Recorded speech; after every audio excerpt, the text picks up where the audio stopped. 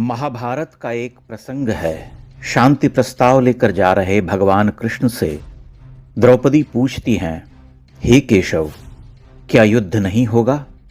मेरे साथ हुए अन्याय का प्रतिशोध क्या नहीं लिया जाएगा? कृष्ण हंसकर कहते हैं कि मुझे दुर्योधन पर अटूट विश्वास है। पांचाली, युद्ध तो अवश्य होगा।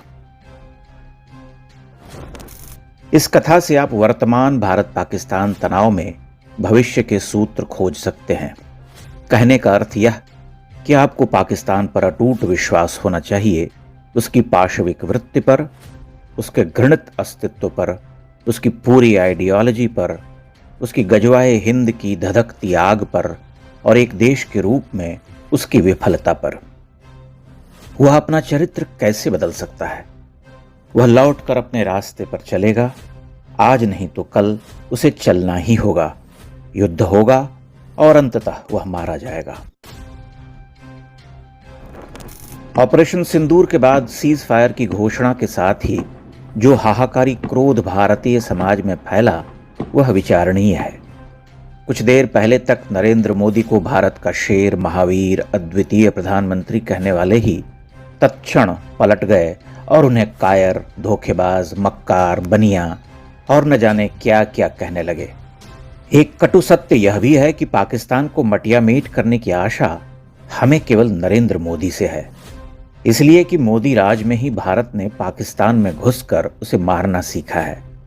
फिर महत्वाकांक्षा बढ़ती जाती है और हहुआई हुई भीड़ को जब लगता है कि सिनेमाई तरीके से चापाकल उखाड़ कर पाकिस्तान को अपने कब्जे में नहीं किया गया तो मोदी को गाली दो। गाली देना भी मोदी को ही संभव है। कांग्रेस के विद्वान प्रधानमंत्रियों की घृणित कायरता पर हमारे होठ सिले रहते थे। समझ सकते हैं कि वे खानदानी अंग्रेजी दां लोग ठहरे और मोदी गरीब घर के संघर्ष से उठकर खड़े होने वाले नेता। मोदी को गाली देना सबसे सरल है। अब जरा पीछे लौटिए। भारत ने ऑपरेशन सिंदूर लॉन्च किया। पहलगाम हमले का प्रतिकार और प्रतिशोध लेने के लिए पाकिस्तान के 9 आतंकी ठिकानों को निशाना बनाया गया। पाकिस्तान के 100 से अधिक आतंकी हूरों के पास भेजे गए।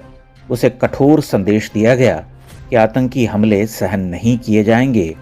उस प्रतिशोध के साथ ही ऑपरेशन को समाप्त होना था, लेकिन वह पाकिस्तान की कार्रवाइयों से आगे बढ़ा। उसके बाद भारत का अभूतपूर्व शौर्य पूरे विश्व ने देखा। स्वयं भारत के लोग ही यह विश्वास नहीं कर पा रहे थे कि बीते मात्र 10 वर्षों में उसका रक्षा तंत्र अभेद्य हो चुका है, उसकी मारक क्षमता अचूक हो चुकी है। एक ही रात में पाकिस्तान ने 15-15 शहरों पर मिसाइलें दागी, लेकिन वहां के लोग चैन से सोते रहे। भारत की एयर डिफेंस प्रणाली अपना काम करती रही। हमने पाकिस्तान को मर्मांतक चोट पहुंचाई। देशवासियों की महत्वाकांक्षा बढ़ती चली गई। चढ़ जाओ, मारो, पाकिस्तान को हथिया लो, आदि आदि। लेकिन लोग भूल गए कि भारत और पाकिस्तान दोनों में से किसी भी देश ने युद्ध की आधिकारिक घोषणा नहीं की थी। हम आधिकारिक रूप से युद्ध नहीं लड़ रहे थे, तब हम किसी संप्रभु देश पर चढ़ बैठने का विचार कैसे पाल सकते थे? क्या हमने यह सोचा था कि पाकिस्तान पर चढ़ बैठने के बाद वैश्विक परिस्थितियां कैसी हो जाएंगी, विश्व के अग्रगामी देश उसे कैसे स्वीकार करेंगे और तब भारत के सामने कठिन चुनौतियां नहीं आएंगी? और सबसे अनिवार्य तो यह कि पूर्णकालिक युद्ध कितने हानि लाभ लेकर आएगा। उदाहरण आपके सामने है। 3 साल से अधिक समय हो चुका है। रूस एक महाशक्ति होकर भी आज तक यूक्रेन से जीत नहीं सका है। आप जब परिस्थितियों पर विचार करते हैं, ठंडे मन से सोचते हैं, तो पता चलता है कि आज की परिस्थितियों में पाकिस्तान पर कब्जा कर लेना कोई खेल नहीं। हम अपनी मर्जी के मालिक नहीं हैं। घात प्रतिघात, स्वार्थ से भरी वैश्विक शक्तियां क्या भारत के दुस्साहस को स्वीकार लेती? उसके दुष्परिणाम नहीं होते? हालत यह है कि हम अपने राष्ट्र नायक के प्रति कृतज्ञता तो दूर, उसे गाली देने लगते हैं। भला कौन इनकार कर सकता है कि नरेंद्र मोदी के आने के बाद पाकिस्तान की दुर्गति हो चुकी है। वह अपनी अधोगति की ओर है, इसलिए हमें ठहर कर देखना चाहिए कि पाकिस्तान खुद को कैसे समाप्त कर रहा। जैसा कि भगवान कृष्ण ने कहा था कि उन्हें दुर्योधन की युद्ध पिपासा पर अटूट विश्वास है, वैसे ही आप भी कहिए कि आपको पाकिस्तान की नीचता पर अटूट विश्वास है। वह आपको अवसर देगा और तब कोई शक्ति बीच में नहीं होगी, न कोई बीच बचाव करने वाला होगा। तब पाकिस्तान का खात्मा होगा।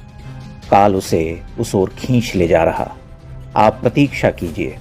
अवसर की प्रतीक्षा तो भगवान राम और भगवान कृष्ण ने भी की थी।